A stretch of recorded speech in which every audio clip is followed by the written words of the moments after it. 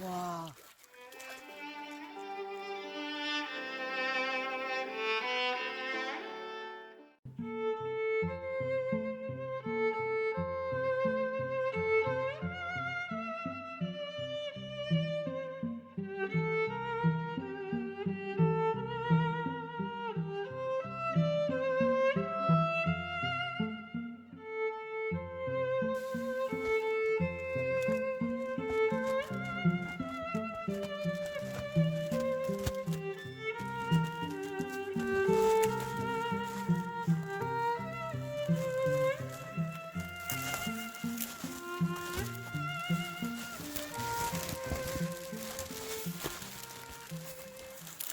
와.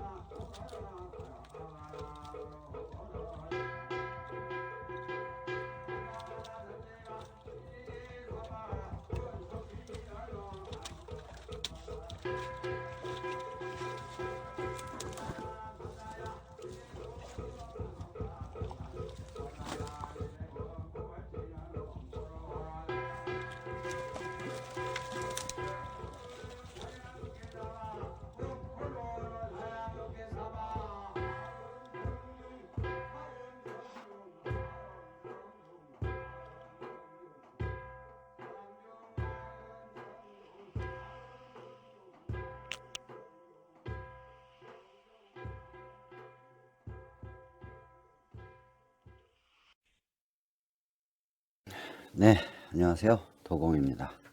영상 잘 보셨습니까?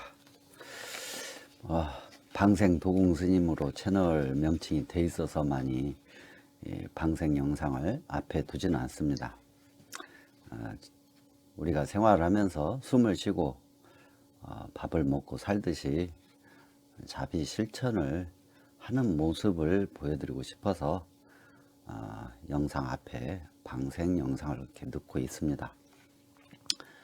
모든 영상에 그렇게 방생 영상을 넣지는 않고 있지만 될 수 있으면 방생 영상을 넣은 다음에 이 얘기를 하려고 그럽니다. 오늘은 기복 불교에 대한 얘기를 잠깐 해볼까 합니다. 현대에 와서 한국의 그 기복 불교를 많이들 비판을 합니다. 그런데 이런 경우를 봤습니다. 제가 박사 학위를 가진 학자로 한국의 기복 불교를 비판하던 분이 있었는데, 그분이 이제 아들이 군대 가가지고 사고로 죽은 후에 49제를 지내고, 그것도 부족해서 무속 쪽, 즉 이제 전통 종교라 해가지고 무교라 그러죠. 요즘은 무교를 찾아가 가지고 이제 구술하고 상담을 하는 것을 이제 제가 본 적이 있습니다.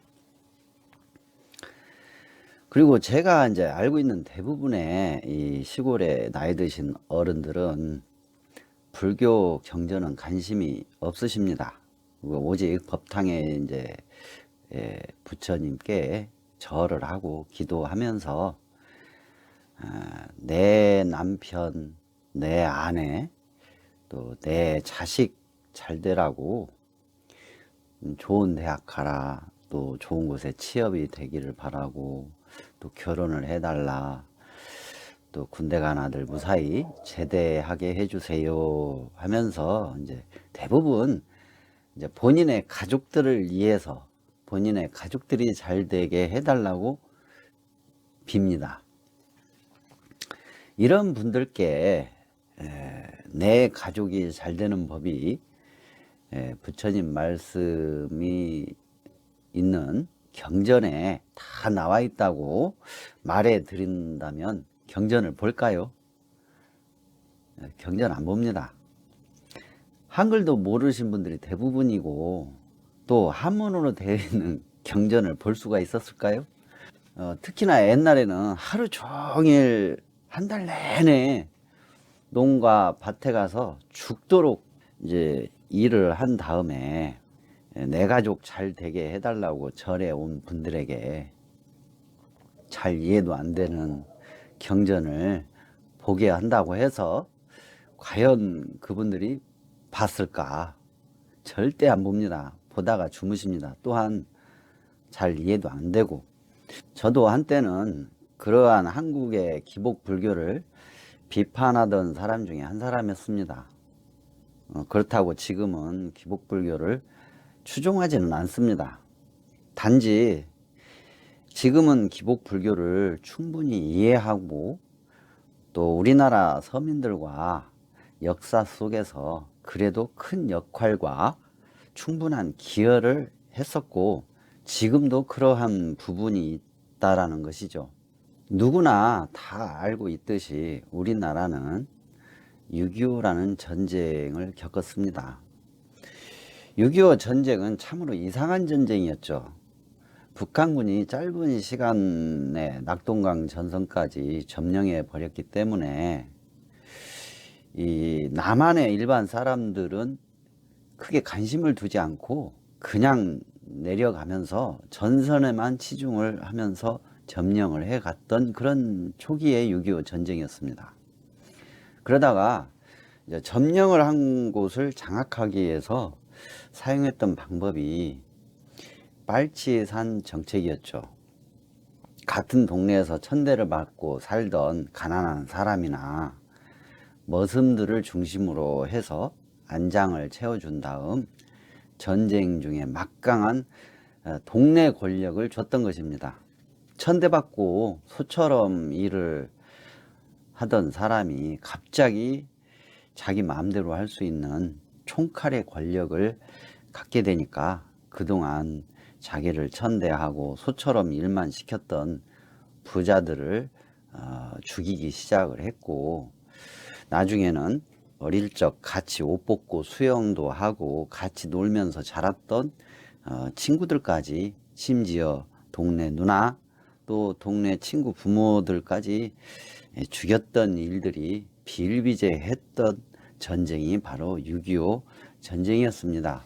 어릴 적부터 봐왔고 같이 잠도 자고 같이 밥도 먹고 같이 일도 하고 또 같이 막걸리도 마시고 그렇게 지내왔던 한 동네 사람이 갑자기 내 남편, 내 아내, 내 딸, 내 아들을 내 집 뒤에 있는 대나무로 죽창을 만들어서 죽이거나 심지어 10살짜리 어린 아들을 사지로 몰아넣는 인민군으로 이렇게 보내버리는 그런 일들을 겪게 됐던 사람들이 6.25 당시에 일반 서민들이었습니다. 이렇게 일반 서민들은 전쟁이 이제 끝나자 정신적 충격이 너무나 커서 혼란에 빠져버렸죠. 도대체 이해가 안 되는 상황이었고 도저히 받아들일 수 없는 일이었던 것이죠. 차라리 평소에 어떤 큰 원한이나 예전부터 원수 관계였던 사람이 내 가족을 죽였다면 나중에 원수를 갚아야지 하면서 원한만 가지면 되는데, 어릴 적부터 같이 잠도 자고 밥도 먹으면서 커왔던 한 동네 사람이 돌변을 해서 내 가족을 내가 보는 앞에서 죽이는 것을 봤으니 제정신이었겠습니까? 바로 이런 충격과 상처를 달래주고 어루만져 주는 역할을 했던 것이 바로 한국의 기복불교였던 것이었죠. 물론 그 당시 스님들 또한 많은 경전 지식과 다양한 지식을 갖춘 스님들은 적었습니다. 시골의 작은 동네 산속에 운막 하나 지어놓고 한두 개 경전을 가지고 공부하면서 은사 스님들께 배운 연불이 전부였었던 그런 스님들이 대부분이었고, 깨달음을 얻어서 모든 인과연기의 이치를 꿰뚫어 알고 있지도 않은 그런 스님들 입장이었기 때문에 결국 이 스님들 또한 6.25를 같이 겪으면서 똑같은 충격과 똑같은 상처를 받았다라는 것이죠. 이렇게 똑같은 충격과 상처를 받았으면서도 일반 서민들의 충격과 상처를 보릿살한데 공양미로 받으면서 같이 한을 풀었던 것이었다라는 것을 나중에 알 수 있게 되었습니다. 물론 70년대 이후부터 살기가 좋아지고 현대 교육을 받은 새로운 세대가 생겨나면서 기복불교의 역할이 시대의 흐름에 반하는 역할이 되었고, 결국 지금은 비판받는 기복불교가 되었습니다.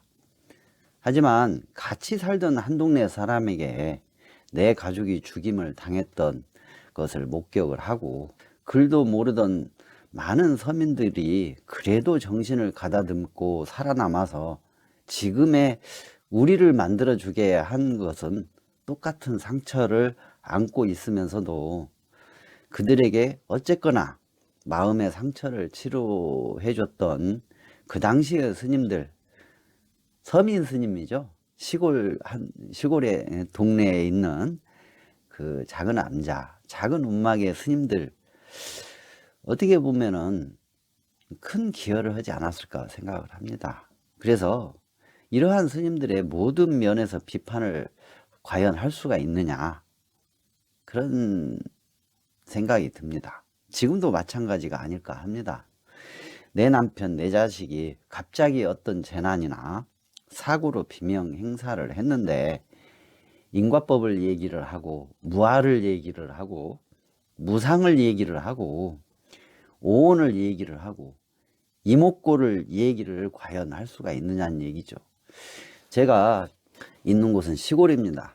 지금도 여전히 저하고 같은 또래의 분들도 경전에 관심 없고 이 인과법이라든가 또는 무상무아라든가 화두 참선이라든가 그런 거에 관심이 없는 분이 대부분입니다. 단지 군대 간 내 아들이 무사히 제대하기를 바라는 마음, 또 취직 시험을 보고 있는 내 딸이 취직이 잘 되기를 바라는 마음, 그런 분들이 대부분이죠. 그런 분들 앞에서 부처님이 인과법을 알면 복을 짓는 방법도 알 수가 있고, 내 자식, 내 딸, 내 아내, 내 가족이 잘 되는 방법이 경전에 다 나와 있다라고 얘기를 한다고 해서 관심을 가지지는 않는다라는 것이죠. 결국은 일반 서민들과 같이 할 수 있는 그분들의 마음을 단방 처방식으로라도 이렇게 어루만져 줄 수 있는 한 방편으로서의 기복불교, 어떻게 보면 필요한 한 부분도 아닌가 하는 생각이 들어봅니다. 그래서 일방적인 기복불교를 비판하는 것은 우리 불교의 발전에도 저해가 될 뿐만 아니라 일반 서민들의 마음을 너무나 못 알아주는 그런 생각이 아닌가 하는 생각에서 오늘은 기복불교에 대한 장단점, 또 사회적 기여에 대해서 한번 말씀을 드려보게 됐습니다. 오늘 방생한 분도 처음 저를 만났을 때는 아주 큰 상처를 받고 만난 분이었는데, 그분한테 인과보이라든가 불경 천수경을 애우라든가 108배를 해라든가 할 수는 없었습니다. 그냥 일단 생명을 살리는 방생 한번 해봐라, 마음이 좀 안정이 되고 잠이라도 조금씩 편하게 잘 수 있을 것이다 라고 해서 시작을 했던 분이죠. 지금은 방생도 하시지만 경전 공부도 같이 하십니다. 결국은 시작을 할 때 그분들에게 어느 정도 맞춰서 시작을 해주는 것이 부처님께서도 당시에 방편을 써서 각 근기에 맞춰서 이렇게 알려주셨던 것처럼 우리 기복 불교도 어떻게 보면 필요한 부분이 아닌가 그런 생각도 들어봅니다. 도공이었습니다.